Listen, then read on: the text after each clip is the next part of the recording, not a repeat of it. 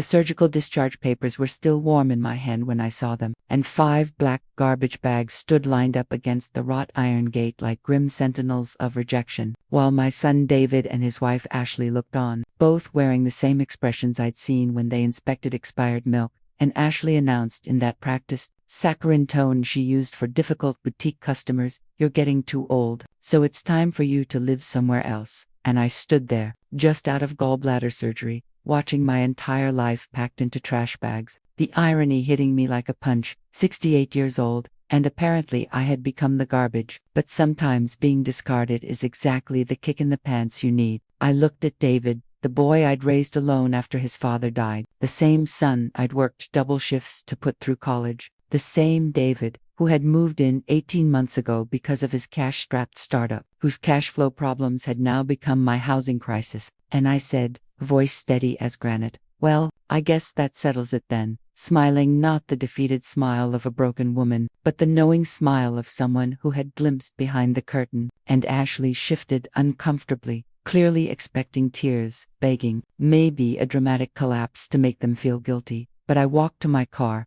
popped the trunk, and began loading my life into the back of my Honda Civic, ignoring David's half-hearted protest. "Mom, wait," cutting him off with a look that could freeze hell, and saying, "No need to explain, sweetheart. You've made your position crystal clear." Heaving the last bag into the car, and noting how surprisingly light 40 years of possessions could feel when someone else decided what was worth keeping. As I drove away, I caught them in the rearview mirror, Ashley already on her phone, probably texting friends about how they had finally dealt with the mother-in-law situation, and David standing there like a man who had won a battle but wasn't sure he wanted the war. Poor baby. Nothing quite like the guilt of throwing your mother away to ruin a perfectly good day of playing house with stolen real estate. 3 hours later, I was in a furnished studio apartment I'd rented by the month, sorting through my new life, one garbage bag at a time, when I found a business card buried under old sweaters Ashley had deemed too outdated to donate. A card from Eleanor Richardson at the hospital gift shop where I'd volunteered. Eleanor, who had started her own company at 72 and become a millionaire by but that was a story for another day. Tonight, I had planning to do. 3 days after being thrown away like yesterday's newspaper, I sat across from Eleanor in her corner office, watching her pour tea from a service probably costing more than David's monthly rent, and she looked at me, blue eyes sharp as broken glass behind designer frames, saying, "Helen, dear, you look terrible." And I laughed, actually laughed, and said, "Well, Eleanor, that's what happens when your family decides you're past your expiration date," telling her everything, the garbage bags, Ashley's dismissive tone, David's cowardice, while she listened without interruption, softly humming, occasionally in calculation, until she asked, "How much money do you have?" And I admitted, "About 30,000 in savings, and the house is paid off." Was paid off, I corrected bitterly. Since David had lived there rent-free for 18 months, I suppose it was his now legally, though my name was still on the deed for now, and I could see the wheels turning in Eleanor's head. The same look she had given struggling businesses she turned into gold mines. Leaning forward with the intensity of a general planning a siege, she said, "Here's what we're going to do. First, stop feeling sorry for yourself. Second, get angry, really angry. And third, let me teach you to turn that anger into cold, hard cash." And I thought, well, at least someone sees my rage as commercially viable. Blinken, saying, "Eleanor, I'm 68 years old. I've never run a business. I worked in a diner for 30 years and volunteered at a hospital gift shop. And in those 30 years, how many customers did you serve? How many problems did you solve? How many difficult people did you manage?" But she didn't wait for my answer, saying, "Running a business isn't rocket science, Helen. It's about understanding what people need and figuring out how to give it to them better than anyone else." Sliding a leather portfolio across the desk, "I've been looking for someone to partner with on a project, someone with your background," and opening it, I saw photographs of a rundown strip mall, food service, she explained, but not just any food service comfort food, real comfort food, the kind desperate people pay premium prices for when too tired or busy to cook. And I asked, "You want me to open a restaurant?" And she said, "I want you to open a revolution," her smile sharp enough to cut diamonds. "Think about it, Helen. Who knows comfort food better than someone who spent 30 years serving it? Who understands customer service better than someone who's dealt with hangry truckers at 3 in the morning? And who has more motivation to succeed than someone with nothing left to lose? The proposal was elegant in its simplicity. Eleanor would provide the startup capital and business guidance. I would provide the operational expertise and sweat equity, and profits would be split 60-40 in my favor after she recouped her initial investment. But there was one condition, a condition that made my smile turn predatory. We wouldn't just be opening anywhere. We'd be opening directly across the street from Ashley's precious boutique. Now, Eleanor said, pouring more tea, let's talk about making your son very, very sorry. And I had to admit I was starting to like Eleanor's definition of business strategy. The next morning, I drove to my old house to collect the mail they'd been too considerate to forward. David's Tesla was gone, probably at his office. Really just a workspace where he spent most of his time playing ping pong with other unemployed millennials who called themselves entrepreneurs. And Ashley's Range Rover gleamed in the driveway like her conscience should have. I used my key, assuming it would be the last time. The house smelled different already. Some expensive candle Ashley burned that gave me headaches. Vanilla narcissism, if I had to guess. And the mail was piled on the kitchen counter, mixed with their bills like they'd been living there for years instead of months. Most of it junk, but one envelope made my heart skip. Property tax assessment. I opened it without hesitation. My name was still on everything. The house I'd bought for $60,000 30 years ago was now assessed at $420,000. I'd had no idea. Helen, Ashley's voice carried down the stairs, sharp with surprise and something that might have been guilt, and she appeared at the top of the staircase in yoga pants and a sports bra, looking every inch the Instagram influencer she aspired to be. Because nothing says serious businesswoman like workout clothes to conduct a hostile takeover of someone else's house. What are you doing here? She demanded. Collecting my mail, I said pleasantly, waving the tax bill. Imagine my surprise to discover I'm still responsible for property taxes on a house I apparently don't live in anymore.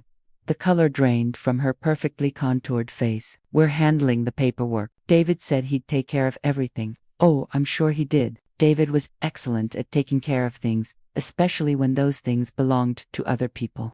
Just like he took care of telling me I was being evicted. Such a thoughtful boy. Ashley descended the stairs slowly, like a cat approaching a potentially dangerous dog. Helen, I think there was a misunderstanding. We just thought you might be happier somewhere, more appropriate for someone your age.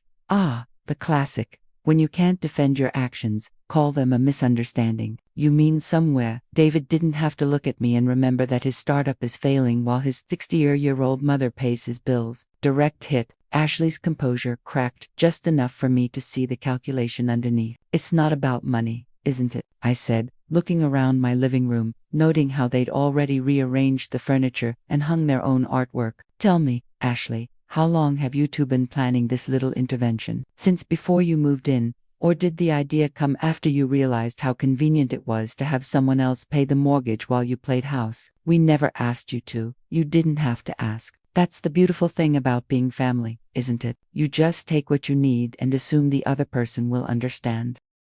I headed for the door, then turned back. Oh, one more thing. Since my name is still on the deed, I'll be making some changes around here. I pulled out my phone and took several photos of their belongings, their modifications to my house, their obvious assumption that they belonged here. What are you doing? Documentation, I said sweetly, for my lawyer. Turns out I have quite a few legal options when it comes to people living in my house without a lease. I left her standing there, mouth agape, probably calculating how quickly they could afford a deposit on their own place. The drive to Eleanor's office was the most satisfying 20 minutes I'd had in months. But when I walked into her building, I discovered she had company, a tall, silver-haired man in an expensive suit shaking her hand as I approached. Helen, perfect timing, Eleanor said. I'd like you to meet Marcus Webb. He owns the strip mall we discussed yesterday. Marcus turned to me with a smile that was probably lethal to women 40 years younger. Miss Camden, Eleanor tells me you're going to be our new anchor tenant. Our eyes met, and something electric passed between us. Oh, this was getting interesting. Marcus Webb had the kind of voice that made ordering coffee sound like a romantic proposition, smooth, deep, with just a hint of a southern accent, suggesting good manners and better bourbon. As Eleanor explained our business plan, I found myself studying his hands, No wedding ring, but a pale band where one used to be. Recent divorce. I'd bet my last dollar. The location is perfect, Elena was saying, spreading blueprints across the conference table. High foot traffic, easy parking, and the demographic is exactly what we're targeting. Busy professionals, stressed out parents, people who want quality food without pretension. Marcus nodded, but his eyes kept finding mine. What kind of experience do you have in the restaurant industry, Miss Camden? 30 years serving food to people who hadn't eaten in 10 hours and had been driving for 12, I replied. If I can keep truckers happy at 3 in the morning with a smile and a hot meal, I figure suburban soccer moms should be a piece of cake. He laughed a real laugh, not the polite chuckle most people gave when they weren't sure I was joking. I like her, he told Ella. She's got grit.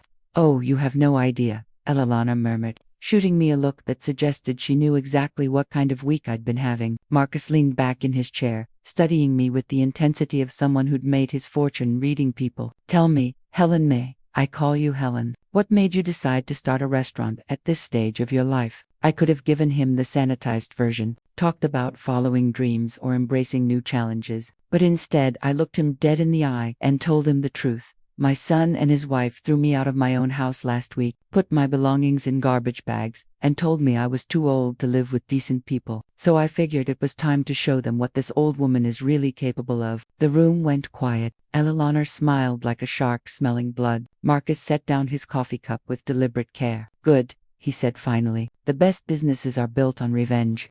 By the time I left that meeting, I had a lease agreement, a realistic timeline of 16 weeks for construction and opening, and something I hadn't expected. Marcus's business card with his personal number written on the back. In case you need anything, he'd said, his fingers brushing mine as he handed it over. Anything at all. I drove home to my studio apartment feeling like a different person than the woman who'd left that morning. I had plans now, purpose. And if I was being honest with myself, I had the first fluttering of attraction I'd felt since my husband died 5 years ago. My phone buzzed as I was heating up a frozen dinner. David's name flashed on the screen. I let it go to voicemail, then played the message on speaker while I ate my sad little portion of teriyaki chicken. Mom, it's me. Ashley told me you came by the house today. She said you were upset about some paperwork. Look, we need to talk. There's been a misunderstanding and I think we can work this out. Call me back.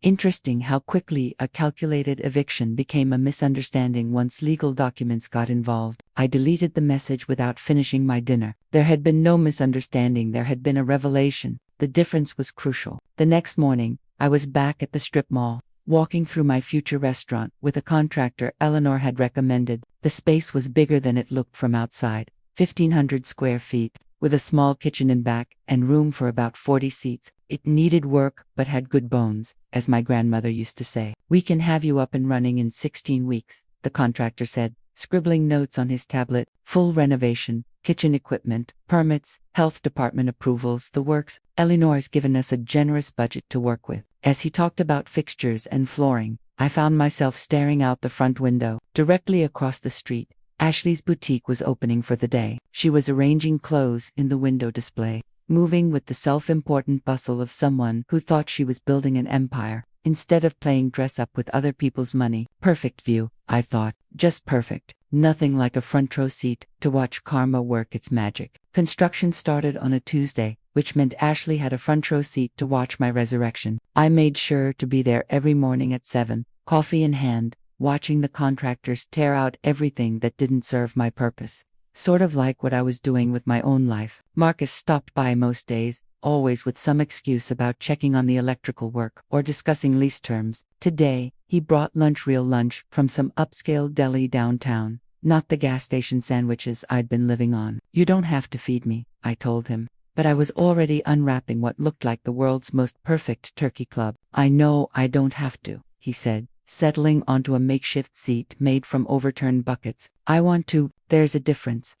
We ate in comfortable silence while the contractors worked around us. The space was already starting to take shape. Warm, honey-colored wood for the floors, deep green paint for the accent wall, industrial light fixtures that managed to look both modern and timeless. Tell me about your marriage, Marcus said suddenly, then immediately looked embarrassed. Sorry, that was presumptuous. It's just Eleanor mentioned you'd been married for a long time. 38 years, I said. Bill died 5 years ago. Cancer. It was slow. I didn't usually talk about it, but something about Marcus made the words come easier. He was a good man, steady, kind. We built a quiet life together, nothing dramatic, just solid and real. That sounds nice, Marcus said wistfully. My wife left me 2 years ago, said I was boring. Apparently, spending 40 years building a real estate empire wasn't exciting enough for her. She wanted adventure, romance, passion. He laughed bitterly. She got it too with my business partner. They're living in Costa Rica now on money that used to be half mine. I'm sorry. Don't be. Best thing that ever happened to me, even if it didn't feel like it at the time. Sometimes you have to lose everything to figure out what you actually want. He looked around the construction chaos with approval. Speaking of which, how's your son handling your new venture? I pulled out my phone and showed him the call log. 23 missed calls from David in the past 2 weeks. He's persistent. I'll give him that. You haven't talked to him. What's to talk about? He made his position clear. Now I'm making mine clear.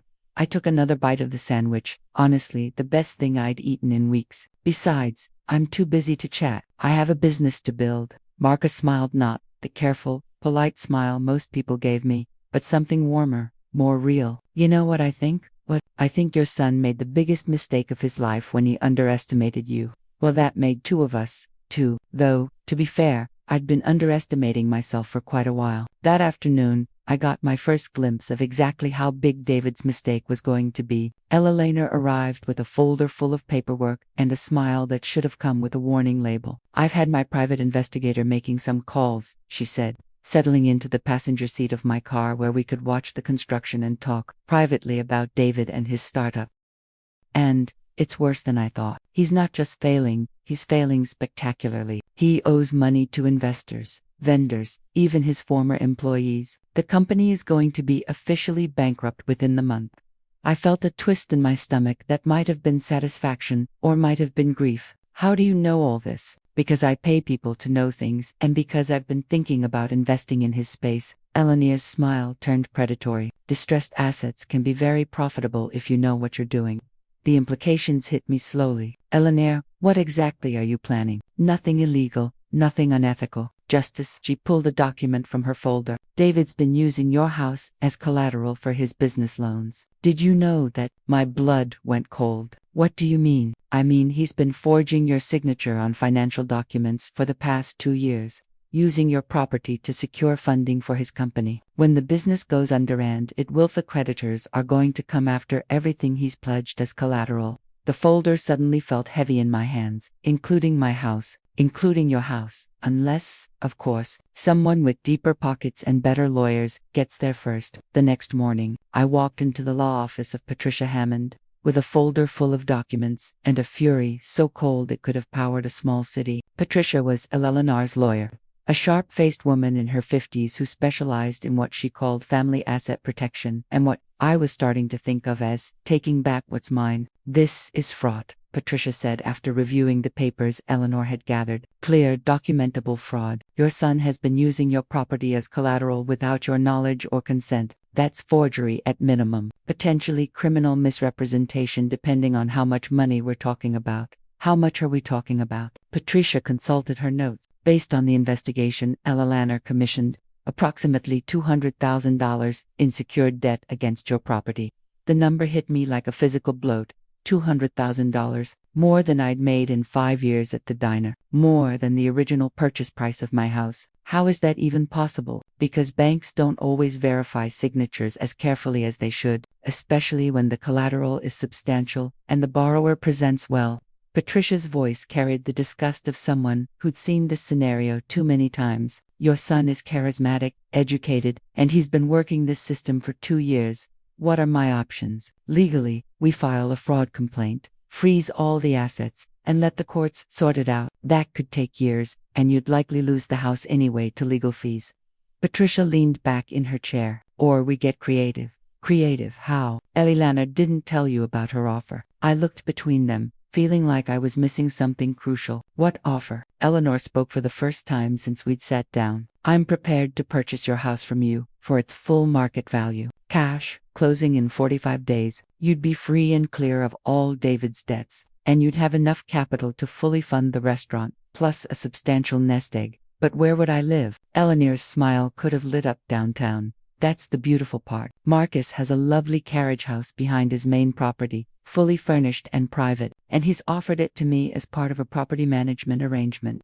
I'd oversee his rental properties and maintenance scheduling in exchange for housing and a modest salary. The pieces were falling into place with mathematical precision. And David would come home to find his house sold out from under him, just like he sold me out from under mine. Patricia said, matter of poetic justice, some might call it. I sat in silence for a long moment, processing the magnitude of what they were proposing. It was elegant. It was complete. It was absolutely ruthless. There's one more thing, Elilana added softly. The restaurant. I've been thinking about the name. What about it? I asked. Given everything that's happened, given where you started and where you're going, I think it should be called Second Chances. What do you think? I thought about David, probably sitting in his borrowed office right now, making promises he couldn't keep with money he didn't have. I thought about Ashley arranging clothes in her boutique window, completely oblivious to the storm heading her way. I thought about the garbage bags, the dismissive words, the casual cruelty of being declared too old to matter. I think, I said slowly, that sounds perfect.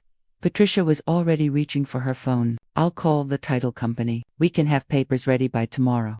But even as I nodded agreement, my phone buzzed with a text from David. Mom, please call me. There's something I need to tell you. It's important. Too little, too late, I thought. But something in the desperate tone of his message made me wonder what other surprises he had in store for me. Knowing David, it was probably something that would make forging my signature look like a minor administrative error. I called him back from the parking lot of Patricia's office. With Ella Lenar and the lawyer as witnesses to whatever was about to unfold, he picked up on the first ring. Mom, thank God. Where have you been? I've been trying to reach you for days. His voice carried that particular strain I remembered from his teenage years when he'd been caught in a lie. I've been busy, David, building a life. You should try it sometime. I put the call on speaker so my allies could hear whatever confession was coming. Look, I need to tell you something, and I need you to not freak out, okay? The words tumbled out in a rush. There might be some paperwork issues with the house, some documents that got mixed up when I was trying to help manage your finances. Oh, how considerate. He was managing my finances by stealing them. Mixed up how? I asked. A long pause. Then, I might have accidentally used the house as collateral for some business loans, but it's temporary. Mom, the company's about to get a huge investment, and I'll clear everything up within the month. Accidentally, right? The same way someone accidentally robs a bank. Patricia raised her eyebrows. Elilana looked like Christmas morning. I just felt tired. David, I said quietly, did you forge my signature? I wouldn't call it forging. I was just trying to help us both. You needed someone to handle your financial affairs, and I needed some bridge funding until, oh, how noble, stealing from your mother to fund your failing business. They should give out humanitarian awards for that level of selflessness. Did you forge my signature? Another pause, longer this time. Yes, but Mom, I can fix this. The investors are definitely interested, and once the funding comes through, I hung up on him mid-sentence and looked at Patricia. I believe that constitutes a confession. Recorded and witnessed, Patricia confirmed with satisfaction. More than enough for what we need. The house sale moved forward with legal precision over the next 6 weeks. I signed the papers in Patricia's office while David was across town, desperately trying to explain to his creditors why the collateral they thought they had was no longer available. Eleanor had structured the sale brilliantly, buying the property through one of her shell companies, clearing all liens, and leaving David with nothing but his failing business and a pile of debt he couldn't hide behind my assets anymore. I moved into Marcus's carriage house that weekend. It was like stepping into a fairy tale after months of living in that cramped studio, 2 bedrooms, a full kitchen, hardwood floors, and windows that looked out onto gardens. Marcus tended himself. He helped me carry my boxes, which was really unnecessary, but gave us an excuse to be in the same space together. The property management duties are fairly light, he said as we finished unloading my car, mostly coordinating maintenance for my 3 rental properties and handling tenant issues when they arise. Nothing too demanding. What's the catch? I asked, because in my experience, deals this good always came with hidden costs. Marcus leaned against the doorframe, studying me with those dark eyes that seemed to see everything. No catch, just company. I suppose it gets quiet here by myself. Something warm unfurled in my chest. Well, I do make excellent coffee. I was hoping you'd say that. The restaurant opened 16 weeks later on a crisp October morning, every permit properly filed and every health department requirement meticulously met. Ella Lahner had invited half the town, Marcus had somehow convinced every business owner in the district to stop by, and I had strategically timed the opening for Ashley's lunch break so she'd have a perfect view of my success. The first customer through the door was Margaret Thompson, the 75-year-old retired principal from Marcus's neighborhood, who ordered the meatloaf special and declared it better than my grandmother's, which was high praise, considering Margaret's grandmother had fed 8 children through the Depression. By noon, we had a line out the door, real customers. Not just the charity crowd. Eleanor had worried about people ordering seconds, asking about catering, snapping photos to post on social media. The register kept ringing, and I kept smiling until my face hurt. Elena, appeared at my elbow during a brief lull, her eyes bright with excitement. Do you see the woman in the red coat by the window? I looked where she pointed, a stylish brunette in her 60s photographing her salmon salad with professional precision. Charlotte Stevens, the Metro Weekly food critic, the one whose reviews could make or break a restaurant. Eleanor practically vibrated with excitement. She's been here 40 minutes. That's a good sign. Through the front window, I saw Ashley standing in her boutique doorway, watching our crowd with an expression like she'd bitten into something rotten. A petty part of me hoped the critic noticed the contrast. My bustling restaurant full of happy customers versus Ashley's empty store with overpriced clothes and an attitude problem. Poor thing, must be so hard watching success happen to people you've written off as worthless. Marcus appeared in the kitchen doorway, rolling up his sleeves. Need help back here? You don't know how to cook, I protested, but I was already tying an apron around his waist. Having him close felt natural in a way that should have scared me, but didn't. I can follow orders, he said, bumping my shoulder gently. Tell me what to do. We worked together through the lunch rush like we'd been doing it for years instead of hours. Marcus proved surprisingly adept at plating salads and keeping track of order tickets. More importantly, he made me laugh even when the pressure built and tickets backed up. Behind you, gorgeous, he murmured as he passed me with a tray of clean plates, and I felt myself blush like a teenager. The critic left without introducing herself, which Eleanor said was standard practice. We'd know what she thought when the review came out next week. But the rest of the day was an unqualified success. We served 97 customers, ran out of 3 menu items, and had reservations booked through the following weekend. That evening, as I tallied the day's receipts, my phone rang. Unknown number. Second chances. This is Helen. Mom. David's voice was small, defeated. I saw the restaurant on Instagram. It looks really nice, thank you. I also got served with papers today about the house fraud. Patricia Hammond is representing you. She is. A long silence. Then, I'm sorry. I know that doesn't fix anything, but I'm sorry. I never meant for it to get this bad. I looked around my kitchen at the successful business I'd built from nothing, at the life I was creating for myself at 6. I know you didn't mean for it to get bad, David. You meant for it to stay hidden. He stopped himself. You're right. That's exactly what I meant.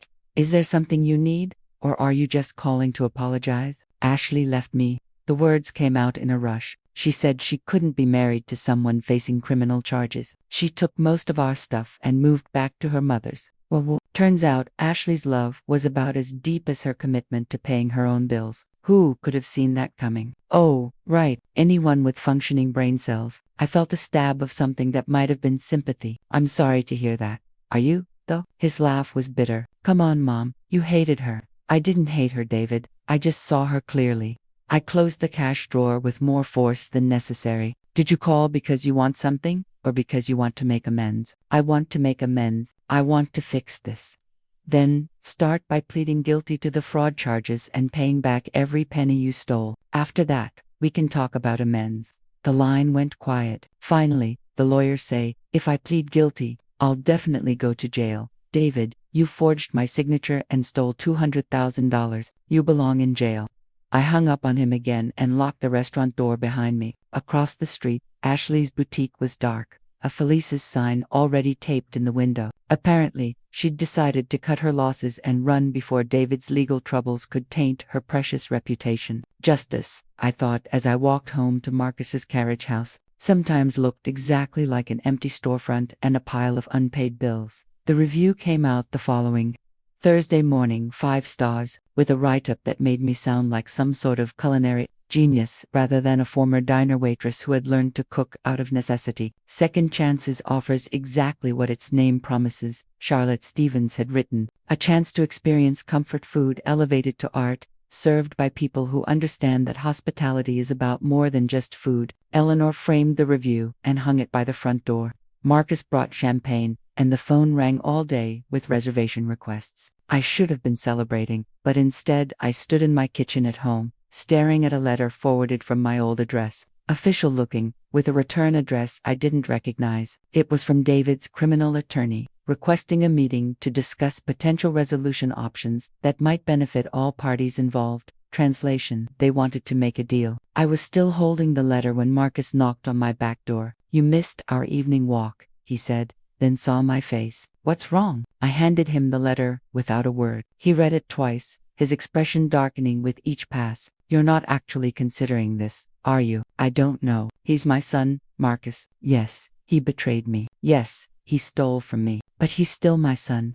Marcus sat across from me, reaching for my hands. "Helen, look at me. What do you think will happen if you drop the charges? He'll get his life back together, learn from his mistakes, be grateful for a second chance. And what do you think will happen to the next elderly person he decides to help manage their finances?" The question hit me like a slap. I'd been so focused on David as my son that I'd forgotten David as a criminal who targeted vulnerable people. "You think he's done this before?" "I think people who forge signatures for $200,000 don't usually start with their own mothers."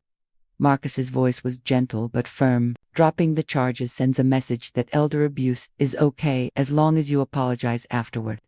That night, I called Patricia and asked her to arrange the meeting with David's lawyer, not because I wanted to make a deal, but because I wanted to hear what they thought my son's freedom was worth. The meeting was set for the following Monday morning. Eleanor insisted on coming as my advocate. Marcus offered to take the day off work. I told them both I needed to handle this alone. David's lawyer turned out to be a smooth man in his 40s who probably charged more per hour than I'd made in a month at the diner, the kind who could make armed robbery sound like a community service project. He laid out their offer with the confidence of someone who'd done this dance many times.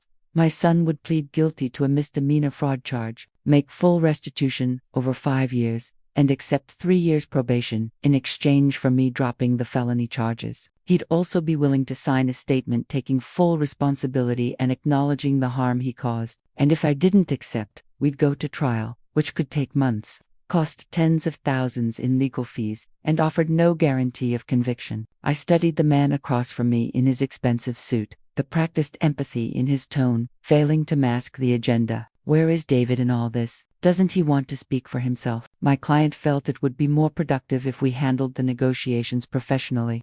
Of course he did. Even facing jail time, David couldn't be bothered to face me. He hid behind lawyers and let other people clean up his mess. Some things never change. My son's allergy to personal responsibility. "I'll consider your offer," I said. "You'll have my answer by Friday." But I already knew the answer. Friday morning arrived, gray and drizzling, which seemed appropriate for what I had to do. I'd asked Patricia to schedule a conference call with David's lawyer for 10 o'clock. Eleanor and Marcus both wanted to be there, but I needed to do this alone. At exactly 10, my phone rang. "Ms. Camden," David's lawyer began in his oily professional voice, "have you had a chance to consider our proposal?" "I have, and the answer is no." A pause. "I'm sorry, could you repeat that?" "No. Oh no. I will not be dropping the charges against my son." My voice was steady, calm. I had practiced this moment for days. "David will face the full consequences of his actions in a court of law. Miss Camden, I think you may be making an emotional decision here. Perhaps we could arrange another meeting where your son could speak with you directly." My son had 43 years to speak with me directly. He chose to forge my signature instead. I looked out my kitchen window at the restaurant where the lunch crowd was already gathering. Besides, this isn't an emotional decision. It's a business decision. A business decision. David stole from me. But more than that, he taught me something valuable about my own worth, about what happens when you let people take advantage of your love for them. I pulled out the newspaper clipping Eleanor had shown me that morning. 6 other elderly fraud cases in this county last year, all involving family members. Silence on the other end of the line. I wouldn't be responsible for enabling my son to hurt other people the way he hurt me. That's not love. That's cowardice. Miss Camden, if this goes to trial, your son could face 5 to 10 years in prison. Then maybe he should have thought about that before he decided to commit fraud. I hung up the phone and immediately called Patricia to confirm that we were proceeding to trial. 20 minutes later, as I was getting ready to head to the restaurant, David called me directly. "Mom, please," he said without preamble. "I'm begging you. Don't do this to me." "I'm not doing anything to you, David. You did this to yourself. 5 years in prison, Mom. 5 years of my life gone because I made one mistake. One mistake. $200,000 in forged documents was apparently just one little oopsie. Like accidentally putting salt in your coffee instead of sugar. $200,000 isn't one mistake, it's 200,000 individual decisions to steal from your mother." He was crying now. I was desperate. The business was failing. Ashley was threatening to leave. I couldn't think straight. "I never meant to hurt you. But you did hurt me. You threw me away like garbage. Remember, you told me I was too old to live with decent people. I was wrong. I know I was wrong. But please don't send me to prison. I'll pay you back every penny. I'll do whatever you want." I closed my eyes, feeling the familiar tug of maternal instinct warring with everything I'd learned about myself in the past months. "David, what would you do if someone stole $200,000 from your children?" "That's different." "How is it different?" Because he couldn't finish the sentence. "Because you think I don't matter as much as they would. Because you think I'm old and my money is really your inheritance anyway. Because you think being my son gives you the right to take whatever you want from me." The silence stretched so long, I thought he'd hung up. "I love you, Mom," he said finally. "I love you too, David. That's why I'm not going to enable you to hurt anyone else." This time, when I hung up, I turned off my phone. I had a restaurant to run, a life to live, and a future to build. And for the first time in months, that future felt entirely my own. The trial took place 6 months later, lasting 3 days. David pleaded not guilty, despite the mountain of evidence against him, apparently hoping a jury would be sympathetic to a son just trying to help his elderly mother manage her finances. His new lawyer, the expensive one, had apparently dropped him when the plea deal fell through. He painted me as a vindictive old woman, punishing her son for trying to look out for her best interests. Ah, yes, the bargain bin legal defense, blame the victim. Classic. I sat in the front row every day, watching my son lie under oath about his motives and my mental capacity. Ellie Lehner sat beside me, occasionally squeezing my hand when the testimony got particularly brutal. Marcus sat behind us, a steady presence I could feel even when I couldn't see him. The prosecution laid out the case methodically. Forged signatures on loan documents dating back to years, $200,000 in fraudulent loans, my son's own recorded confession from the call in Patricia's office, and the pattern of financial abuse that started smaller credit card here, a bank transfer thereon, escalated until he was using my house as collateral for his failing business. But the moment that broke everything open came when the prosecutor called Ashley to the stand. My former daughter-in-law walked into that courtroom like she was attending a charity luncheon, perfectly dressed and composed, taking the oath with the same fake sweetness she'd used to kick me out of my own house. Amazing how someone could look so polished while preparing to throw her husband under the bus. "Ms. Rodriguez," the prosecutor began, "you were married to the defendant for 2 years, correct?" "Yes." "During that time, did he ever discuss his mother's finances with you?" Ashley glanced at David, who stared at the table like it might offer him an escape route. "Yes, he talked about her money sometimes." "What did he say?" "He said she was sitting on a gold mine and didn't even know it. That the house was worth a fortune, and she was too old to enjoy it anyway." The courtroom went dead silent. "Did he ever discuss plans to access that money?" Ashley's composure finally cracked. "He said she wouldn't live forever and someone needed to make sure her assets were being managed properly. He said he was just accelerating the inevitable. He said she was going to leave him everything anyway, so it didn't really matter if he borrowed against it now."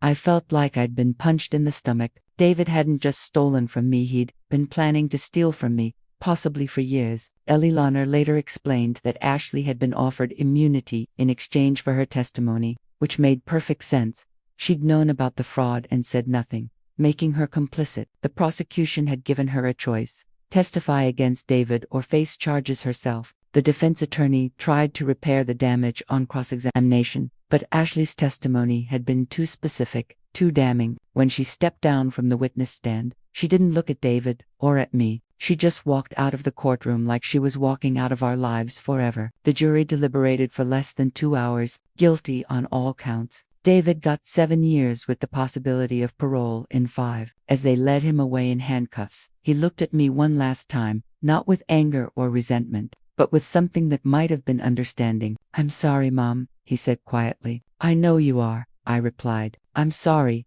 Outside the courthouse, Elena and Marcus flanked me like bodyguards as reporters shouted questions about elder abuse and family betrayal. I ignored them all, walking steadily toward Marcus' car with my head held high. "How do you feel?" Eleanor asked as we drove away. I thought about the question seriously. How did I feel? Sad, certainly. Relieved, definitely. But something else too. Something I hadn't felt in so long. I'd almost forgotten what it was like. "Free," I said finally. "I feel free." That night, Marcus and I sat on his back porch, sharing a bottle of wine and watching the stars come out. The restaurant was closed on Mondays, giving us time to just be together without the rush of customers and responsibilities. "Do you regret it?" he asked quietly. "No," I said, and was surprised to realize it was true. "I regret that it came to this. I regret that David made the choices he made, but I don't regret standing up for myself." Marcus reached for my hand, his fingers warm and steady. "For what it's worth, I think you're the strongest person I've ever met." I laughed. "Strong?" "Marcus, 6 months ago, I was living in garbage bags because I was too weak to stand up to my own son." "No," he said firmly. 6 months ago, you were grieving and trusting and hoping your family would treat you with the love you deserved. That's not weakness. That's human. Strength is what you did after you realized they wouldn't." We sat in comfortable silence, watching the lights come on in the houses around us. Normal people living normal lives, probably taking for granted that their children wouldn't steal from them or their spouses wouldn't abandon them. What a luxury that must be, trusting your family not to forge your signature. "I have something to tell you," Marcus said suddenly. My stomach clenched. "What?" He pulled a small velvet box from his pocket, and my heart stopped entirely. "I know it's only been 6 months. I know we're both still figuring this out. But Helen, I haven't felt this happy in years, and I don't want to waste whatever time we have left being careful." He opened the box to reveal a simple diamond ring, elegant and classic and perfect. "I'm not asking you to marry me tomorrow. I'm asking if you'd consider building whatever comes next together." I stared at the ring, then at his face, then back at the ring. 8 months ago, I'd been a discarded mother living on crumbs of affection from people who saw me as a burden. Now I was a successful business owner being proposed to by a man who thought I was worth fighting for. "Yes," I said, laughing through sudden tears. "Yes, I would very much like to build whatever comes next together." As Marcus slipped the ring onto my finger, I thought about second chances and new beginnings and the unexpected ways life could surprise you just when you thought the story was over. Turned out I'd been wrong about a lot of things, but I'd been right about one thing. Sometimes the best revenge really is living well. Thanks for listening. Don't forget to subscribe and feel free to share your story in the comments. Your voice matters.